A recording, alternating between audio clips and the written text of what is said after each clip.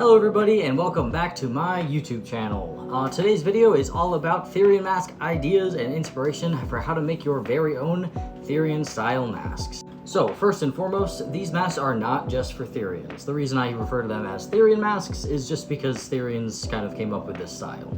Now, these masks are for anybody who wants to wear them, anybody who wants to make them, and are just a fun little activity. You do not have to be a Therian, you don't have to be a furry, you just have to want to make a mask. So here is some inspiration for how to make some really cool Therian style masks. So I have 6 masks here that I finished recently, and all of them are up for sale currently as of posting this video, except this one. But I will be showing off each of these masks and talking about details and inspiration and a lot of things about my process making them. So let's get into it. So first of all, I'm going to show off all of the masks that I currently have made, and then I will go over and talk about all the cool details about each one. So first of all, here is this nice orange tabby. Now, this mask is no longer available, it has already been purchased, but it has some really cool features that I want to talk about. So this mask is one of my first fully fur-eared masks. So what I did is I took scraps of faux fur and cut them kind of into a triangle shape, and I glued them to the edges of the ears, and then I put this white piece of fur on the inside corner like this. Adding fur to the ears of your mask can really make them look really cool. It adds kind of a third dimension to your mask. So what I like to do is for all of my masks, I glue faux fur to the outside like this. It gives kind of like a smooth finish rather than gluing it to the back of the mask. One thing I do about gluing it to the front is I kind of make sure I push it in all the way into the glue so the fur sticks to it, which kind of helps hide the seams a bit. But this one I think is a really neat mask because the way I painted it, I used a lot of water. So when you're painting a felt mask, you're gonna want to really water down your paint. If you have like fabric medium, which is something you mix with acrylic paint, it can really help blend out the details. Now, the felt I use for this mask is kind of a softer, more like cheaper felt, wispier kind of vibes, but that allows you to really get some really cool blending going on if you use enough water with your paint. This mask is personally one of my favorites. I love how I did the fur on the ears here. As you can see, I did it differently than I did on this mask. This one I actually did first, but I put gray fur on the edges of the ears like I did with the orange here. Except in this one, I also put white fur on the inside and a little bit of white fur in the middle of the ear. Adding this extra layer of fur can actually make it look really, really three-dimensional and cool. So I also added a bit of gray paint to the fur. So if you really water down your paint, you can actually put paint on faux fur and give a bit of a texture to it. It's harder to do because the paint has to be really watered down, and it's helpful to brush it out afterwards because it can get a little crusty, but it adds a kind of a neat effect when you add paint to your fur. But this one is really, really cool because I love how the tabby pattern turned out. And this is also made with the same felt as this orange cat. So tabby cats are some of the best masks that I love to make, especially because painting the patterns is just so fun. So tabby cats are my biggest recommendation of what you can paint on a cat mask base because they are just so fun. But what you do is you just start with the lightest colors like this white, and then fill in with darker colors afterwards. Because this was originally on white felt, it adds kind of this nice texture to it if you just water down your brush and go with the direction of the fur. Another thing about these masks is I just painted the noses.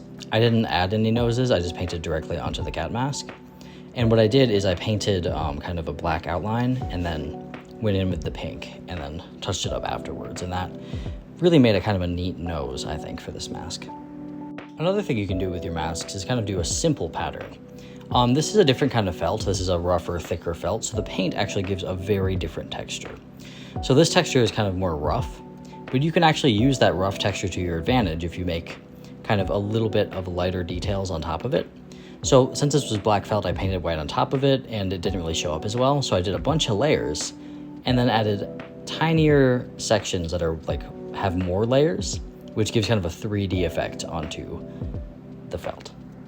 Another thing with this one is I actually didn't fur the outside of the ears. I only furred the inside.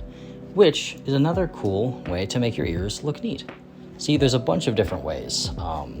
You can add just fur to the inside, fur to the outside and one part of the inside, fur on the outside, inside, and even further in. There's so many different ways to add fur details to your masks. This guy also is really cool because he has this very simple pattern, but still looks really, really neat. It goes to show that you really don't need a lot of detail in the paint job to actually make a really cool looking Therian style mask. Next, I have this mask and this mask. See, both of these are Calico cats, but as you can see, they look very different. So this one I used a different kind of felt. I used the black felt that's a bit rougher.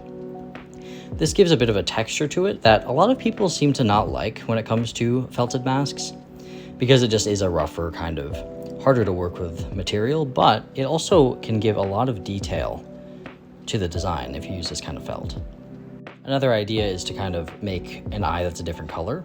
It kind of adds a bit more detail to the mask, and it kind of makes it pop if you have the balance of two different eyes with all these patterns. It's a good thing to do for Calico cats. This Calico cat looks similar, but as you can see, the paint job is completely different. This is because I use the softer felt, but as you can see, you can make two very similar masks when it comes to like species, but they can still look completely different. So when you're making a Calico cat, there's so many different ways it can go, and there's a lot of options. Another one that's really fun to do is the kind of split in half kind of face, where it's half orange, half black. This is one of my favorite masks to make.